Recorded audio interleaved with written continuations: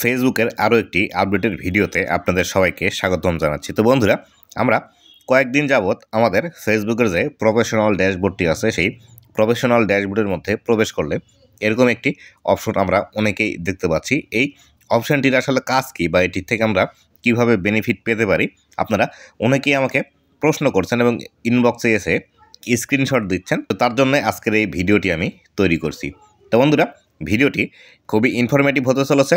অবশ্যই ভিডিওটি লাস্ট পর্যন্ত দেখুন এবং চ্যানেলে প্রথমবার এসে থাকলে অবশ্যই চ্যানেলটি সাবস্ক্রাইব করে নেবেন এবং ডেসক্রিপশন বক্সে আমার ফেসবুকের লিঙ্ক দেওয়া আছে, চাইলে ফলো করতে পারেন। তো এখান থেকে যে বিষয়টি আমরা দেখতে পাচ্ছি, এখানে লেখা আছে দেখুন, you have full access to market place. তো এই যে বিষয়টি আছে, এই বিষয়টি আসলে কিভাবে কাজ করে সেটি আপনাদেরকে আগে জানাই এবং তারপরে আপনাদেরকে জানাবো যে আসলে এখান থেকে আমরা কি বেনিফিট পেতে পারি।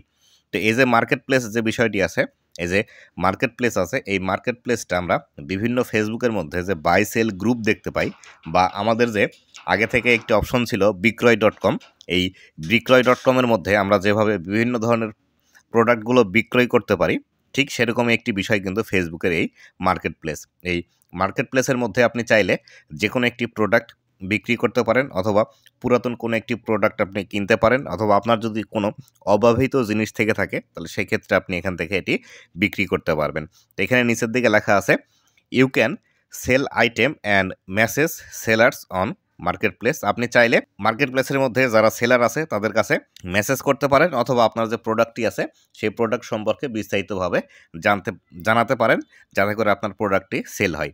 নিচের দিকে আছে এখানে রিসোর্স এবং টুলস লেখা আছে ইউর লিস্টিং। আপনি আপনার যে প্রোডাক্টগুলো আছে সেই প্রোডাক্টগুলো ওয়েবসাইটের মতো করে লিস্টিং করে রাখতে পারবেন। আপনার কোন প্রোডাক্টটি নতুন আসলো, কোন প্রোডাক্টটি পুরাতন, কোন প্রোডাক্টটির স্টক আছে, কোন প্রোডাক্টটি সেল হয়ে গিয়েছে, এই বিষয়গুলো সম্পর্কে আপনি লিস্টিং করে রাখতে পারবেন। এরপরে আছে কমার্স পলিসিস।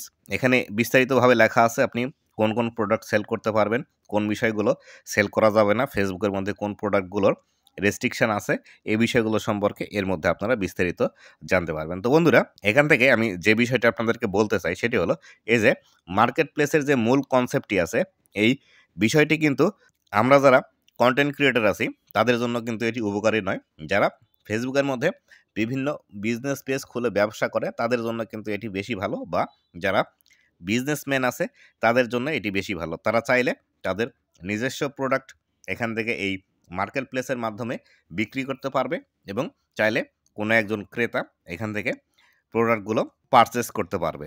তো এটি আমরা যারা কন্টেন্ট ক্রিয়েটর আছি এটি আমাদের জন্য তেমন একটা গুরুত্বপূর্ণ বিষয় নয়, বা আমরা এখান থেকে কোনো একটি প্রোডাক্ট কিনতে পারবো, কিন্তু আমরা যদি বিক্রি করতে যাই তাহলে এর জন্য কিন্তু আলাদা আমাদেরকে সময় দিতে হবে। তার জন্য আপনি যদি একজন কন্টেন্ট ক্রিয়েটর হয়ে থাকেন তাহলে সেই ক্ষেত্রে আপনার এটি কোনো গুরুত্বপূর্ণ এটি বিষয় নয়। তো আপনাদেরকে যদি বিস্তারিতভাবে দেখাতে চাই, আমি যদি আমার ফেসবুক আইডির মধ্যে চলে আসি, ফেসবুক আইডির মধ্যে এসে আমাদের এখানে যে 3 লাইন অপশনটি আছে, অথবা এখানেই আমরা দেখতে পাচ্ছি দেখুন আমাদের উপরে টুলবার যেটি আছে, টুলবারের মধ্যে কিন্তু এখানে একটি মার্কেট প্লেসের যে সাইনটি আছে সেই সাইনটি কিন্তু এখানেই দেওয়া আছে।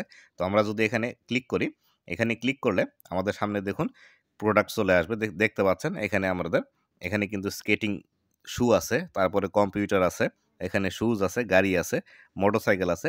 এইভাবে কিন্তু আপনিও এই মার্কেট প্লেসের মধ্যে প্রোডাক্ট বিক্রি করতে পারেন, অথবা আপনি যদি কিনতে চান তাহলে সেই ক্ষেত্রে এখান থেকে কিনতে পারবেন। মার্কেট প্লেসের যে বিষয়টি আছে এই বিষয়টি কিন্তু এখানে এই বিস্তারিতভাবে বলে দিচ্ছে। দেখুন এখান থেকে নির্দিষ্ট এরিয়া দেওয়া আছে, এখন ঢাকা বাংলাদেশ লেখা আছে, এবং এখান থেকে আপনি ক্যাটাগরি ওয়াইজ সার্চ করতে পারবেন এবং আপনি চাইলে এখান থেকে আপনার নিজের এলাকার কোনো বিষয় আছে কিনা, বা আপনার কাছাকাছি কোনো বিষয় কেউ বিক্রি করছে কিনা সেটি কিন্তু এই লোকেশনের মাধ্যমে খুঁজে বের করে দেখতে পারবেন। তো এখান থেকে আমরা যে মূল বিষয়টি বুঝতে পারছি সেটি হলো, যারা ফেসবুকের মধ্যে অলরেডি ব্যবসা করছে তারা চাইলে এখান থেকে কিন্তু ব্যবসার মাধ্যমে ইনকাম জেনারেট করতে পারে। তবে আপনি যদি একজন কন্টেন্ট ক্রিয়েটর হয়ে থাকেন তাহলে এই ক্ষেত্রে এই বিষয়টিতে অত মাথা ঘামানোর প্রয়োজন নেই। আপনারা কন্টেন্ট ক্রিয়েশনে আসেন, কন্টেন্ট ক্রিয়েশনে আপনারা করতে থাকুন, এখান থেকে আপনাদের ইনকাম আসবে। তো বন্ধুরা, এই ছিল আজকের ভিডিওটি কেমন লেগেছে অবশ্যই জানাবেন, এবং ভবিষ্যতে ফেসবুক রিলেটেড এমন আরও ইনফরমেটিভ কন্টেন্ট এবং আপডেটেড ভিডিও সবার আগে পেতে অবশ্যই আমার চ্যানেলের সাথেই থাকবেন। ধন্যবাদ সবাইকে।